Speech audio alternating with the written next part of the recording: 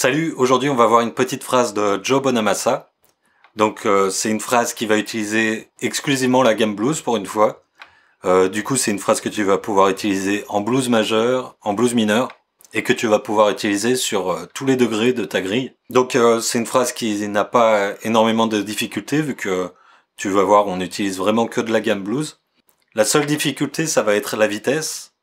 Mais voilà, sinon le choix des notes est vraiment basique. Donc le fait que ça sonne bien ou pas bien, ça va juste dépendre de comment tu joues cette phrase. Avant de te montrer ça, je te rappelle qu'il y a une petite promo sur ma formation jusqu'à ce soir.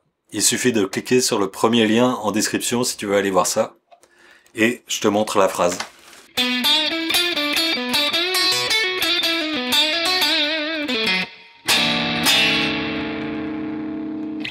Donc comme je te disais, la phrase, elle va vraiment utiliser que les notes de la gamme blues. Donc on va être en si mineur, en première position de notre gamme blues. Et je vais diviser cette phrase en 3 parties pour te l'expliquer. Donc la dernière partie, tu vas voir, ça va être juste 2 petits accords. Donc là, en l'occurrence, on va sortir de la gamme blues techniquement. Mais les 2 premières parties où tu as vraiment un jeu en single note, là, ça va être uniquement de la gamme blues. Donc, la première partie va faire comme ça. La seconde partie va faire comme ça. Et la troisième partie, ça va être nos 2 petits accords. Donc, première partie, ça va se passer tout simplement sur les cordes de Ré et de Sol. Et on va tout simplement commencer par monter notre gamme blues. Donc, tonique, tierce mineure, quarte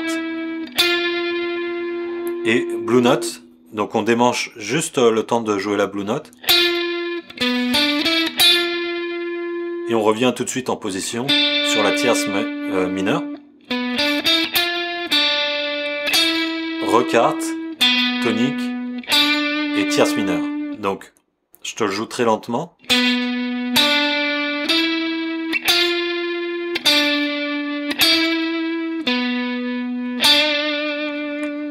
Donc là, il n'y a aucune difficulté.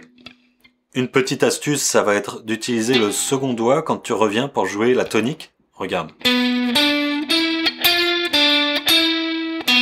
Ici, c'est mieux d'utiliser le deuxième doigt. Un peu plus loin dans la phrase, on va encore utiliser cette technique, mais tu vois, c'est plus pratique parce que ton second doigt, il est déjà au-dessus de la corde de Ré et ton troisième doigt, il est déjà engagé sur la corde de Sol, du coup c'est plus pratique plutôt que de faire. Tu vois là il faudrait soulever son doigt et le remettre sur la corde de Ré, du coup on perd un peu de temps, et vu que c'est une phrase qui sonne mieux si on joue très rapidement, quoi, c'est du Joe Bonamassa. Voilà. C'est toujours bien d'utiliser du coup ton second doigt à ce moment là. Au début pas de souci, tu peux utiliser le troisième doigt, mais après c'est mieux d'utiliser le deuxième doigt. Donc voilà la première partie de la phrase. Deuxième partie.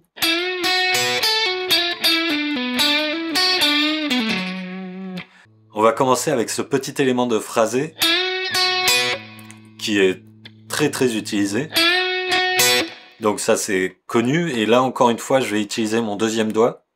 Mais là, ça peut marcher si tu utilises ton troisième doigt, pas de souci. Et tu vas faire un bend sur la corde de Sol en partant de la quinte. Tu vas aller chercher ta quinte qui est ici. Donc un bend d'un ton. Dans l'idéal, un demi-ton ça marche aussi.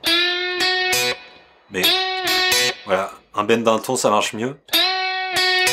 Et là, on va faire un petit barré sur la 7e case. Un petit barré pour aller chercher la quinte et la tonique. Ensuite, une fois qu'on est sur la tonique, on va redescendre. Donc corde de Si, on va faire un petit pull-off de la 7e vers la quinte.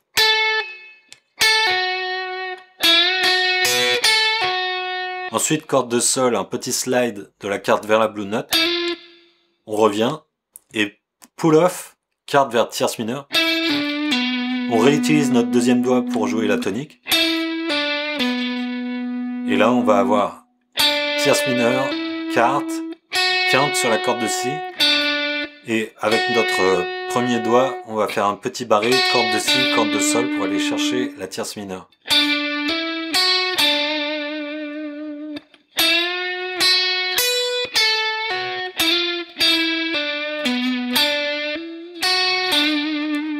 Et on termine encore par un petit élément de phrasé très connu. Donc là, on va avoir pull-off sur la corde de Ré, tonique vers septième, et quinte. Donc quinte que tu peux encore choper avec ton deuxième doigt ou ton troisième doigt comme tu veux. Donc je te rejoue cette seconde partie très lentement.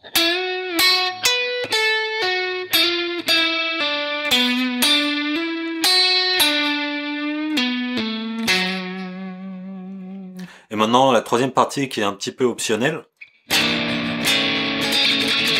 Donc ça c'est vraiment un truc pour vraiment finir un morceau quoi. C'est un petit peu un point final à un morceau. Donc c'est pour ça que c'est optionnel. Hein. Mais je l'ai rajouté parce que dans la vidéo où j'ai relevé cette phrase, Joe Bonamassa il le jouait. Du coup voilà, c'est un petit bonus. En fait, le principe derrière ça c'est si on, par exemple à la fin d'un morceau, en si majeur, donc notre accord du premier degré ça serait un si-7, et pour terminer le morceau on pourrait faire,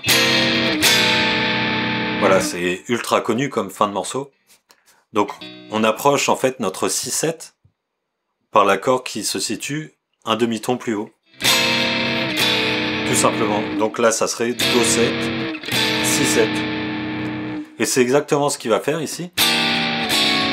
En fait, ici, tu as un Do7, Si7, sauf que le voicing est différent.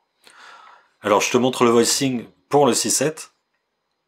C'est aussi assez connu. En fait, c'est le même voicing qu'un Mi bémol demi diminué, si jamais tu connais. Donc, c'est une substitution d'accords. Donc, on va avoir un accord qui n'a pas la tonique, parce que dans ce contexte-là, c'est pas un mi bémol demi diminué. En fait, ça reste un si-7, puisque notre harmonie, elle nous demande de jouer un si-7. Et donc ici, on va avoir un voicing qui n'a pas la tonique. Donc la tonique, elle serait ici, sous mon pouce. Tu vois, comme si on jouait l'accord du premier degré, le si-7, comme ça, avec un barré. Mais là, dans notre voicing, on va pas avoir le si. On va avoir tierce majeure, septième mineur, neuvième et quinte. Donc techniquement c'est un 6-7-9 sans la tonique. Donc c'est l'accord que Joe Bonamassa il utilise, sauf qu'il utilise même pas le petit doigt, donc il met même pas de quinte, il joue juste tierce, septième mineur et neuvième. Et comme je viens de te montrer juste avant, il approche cet accord par un demi-ton au-dessus, quoi. Donc Do7, Si7. Voilà, tout simplement. Donc, je te récapitule le tout, je te joue très lentement, depuis le début.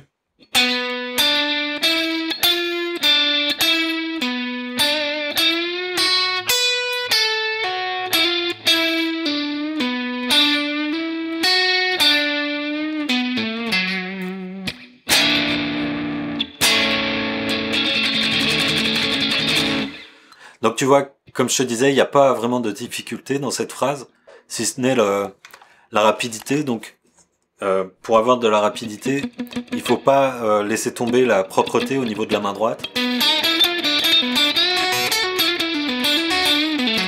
Il faut être assez précis, mine de rien.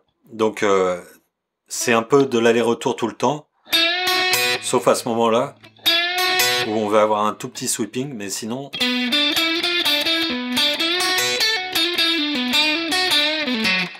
Tu vois, c'est à peu près aller-retour tout le temps, donc fais bien attention à être précis au niveau de la main droite.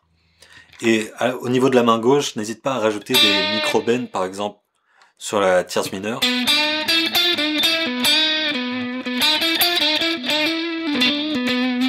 Ou peut-être un petit trémolo sur la tonique, tu vois, ce genre de choses, ça rajoute vraiment de la vie au niveau du phrasé, quoi. C'est ça qui va faire la différence entre une phrase qui va sonner un peu plat et une phrase qui va sonner blues, quoi.